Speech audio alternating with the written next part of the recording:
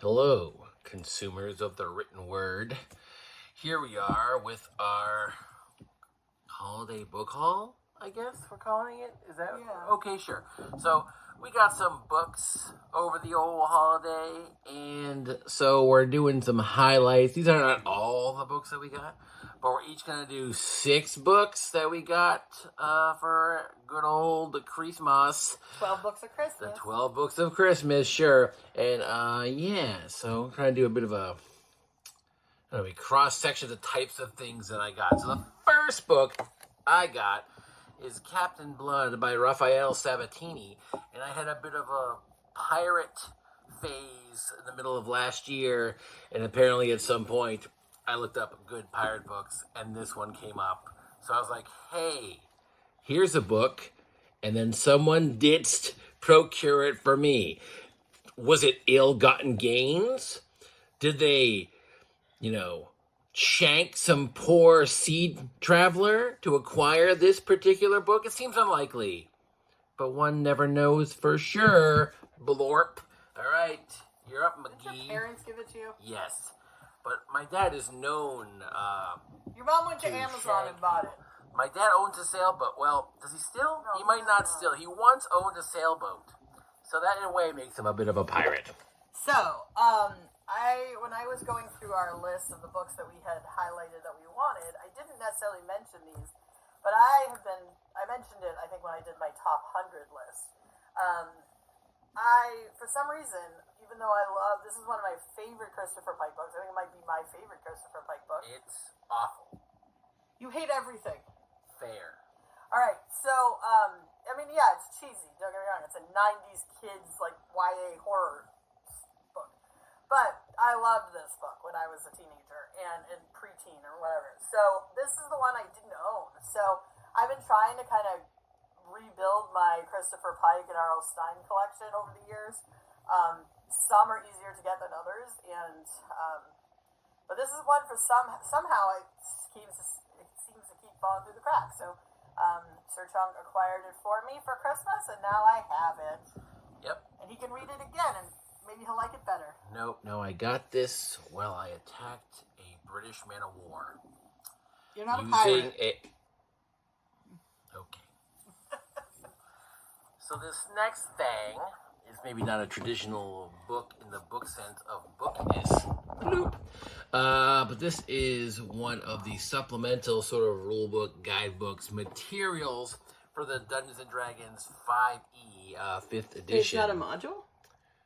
No, it's like you sure? It probably has adventure bits into it, but it's primarily supplemental materials about the Underdark, which is a really cool area that I think was prominent in 4e, and they've sort of adapted for 5e, unless I'm mistaken. Any Dungeons & Dragons nerds out there, feel free to be like, he's very wrong. Could be that I'm very wrong. Is this recording? I can't even see.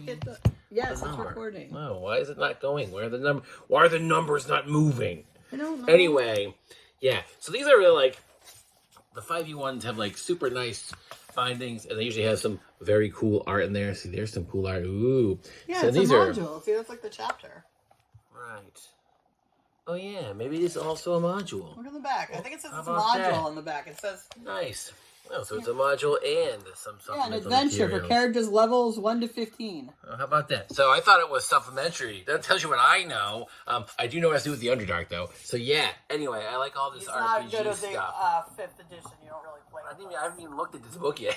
Right. So I don't think you've looked at any of your 5th edition I have. stuff. I have. Okay. Very much so. All right. So I guess my next one will be this because it's tiny. It's tiny. So this is Thornhedge by T. Kingfisher, and it's the British cover, which is really great because I think this is a way better cover. Tecomulus Thungerfloos Magonch Kingfisher, right? Didn't we agree that was the real name? It's a pen name, and it's just a T. I don't agree. Okay, so anyway, that is T. Kingfisher's Thornhedge. It's another fairy tale retelling. It's nice and short. So I'm excited because I really like T. Kingfisher. So this is going to be one of the things I'm going to read fairly soon. Probably in February. I think it's going to be on my February TBR. Oh, that's exciting. Next up, I have, this is a stand-in This is The Magic of the Unicorn, a Choose Your Own Adventure book. I collect the old school Choose Your Own Adventure books, the Endless Quest ones. I really like those. And I got a couple of those, but I can't seem to locate them at this exact moment. But they're around somewhere. I didn't do that yet, no. Oh, they're maybe with your D&D stuff. Perhaps. Anyways, this guy's a stand-in. He's still pretty cool. He's like a unicorn. He's magical. But I really like these old school Choose Your Own Adventure things. They're cheesy. They're silly. I like them. Blorp. Yeah, I like to buy a lot of the random Choose Your Own Adventure too, because those are fun as well. Alright, so next for me is The Spare Room by Andrea Bartz. I don't actually know much about this book. I read We Were Never Really Here and The Herd, and I liked both of those. I really liked We Were Never Here or whatever. And then The Herd was okay. I forget what this is about. I think people are in like a house and they have secrets and then someone dies. But whatever it was, it sounded interesting and it came out earlier this year, and so I put it on my Christmas list because I said, this sounds like a book I would like to read.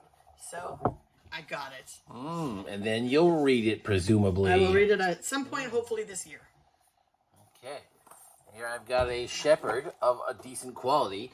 This is The Good Shepherd by C.S. Forrester. I happened to stumble across this movie one day called Greyhound, which is not even that good of a movie, but I just really enjoyed the heck out of it for some reason. You know, sometimes you're just really in the mood to watch a certain movie. That was like the perfect fit for me at that time. So I was like, I'm really enjoying this very average movie, but I'm enjoying it a heck of a lot. And then at the end it goes, this was based on a book, and I was like, dagnabbit, I'm going to get that book. But instead, somebody else got me that book, which is just as effective.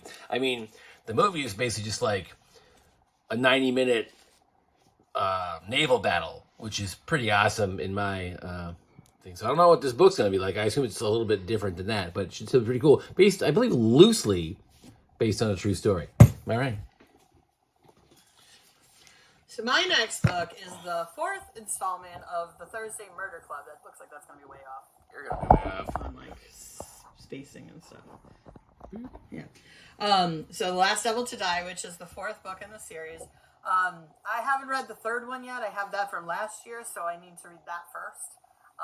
So I don't know when I'll get to this one, but I just saw from, I forget who, but somebody mentioned on YouTube that they heard that this book was really sad and to be prepared to cry, which makes me very upset because I'm worried that one of the club is going to die, and if that happens, I'm not going to be very happy. It's probably the last devil. So, like, what, the Molish? I don't know. But, like, if one of the club members dies, perhaps, I'm going to be very sad because, I mean, I know they're like 90, but that doesn't matter. I don't want them to ever die. They're amazing. Osmodeus? So, Osmodius? Whatever. Stop naming demons. Did I say Mammon yet? I think that I did. No, you did not. Oh, okay. Well, that's good. Maybe Mammon died. Maybe? But I won't cry. I just don't want the 4 club members to die. Okay, well, maybe they all die. They won't. They're all killed because they have some bad pudding. That could happen. A common way to murder old Especially people. in Britain. Womp. All right. That's off. You can only see like the word. So here's a book. So some things I like to do is go back and get some of the Stephen King books I don't have. And this is one of my favorites that I don't have. I used to have it. I don't know what happened to it. I ate it or something. It's a pretty cool hardcover. It's a little banged up, as you can see. Some monster was chewing on the spine there, perhaps. It's a little mangly-gangly inside there, but that's all right. Because I think this is one of the first print run covers. Not a first print, but it's like the first sort of like, I don't know, issue, whatever. The first series of prints, perhaps.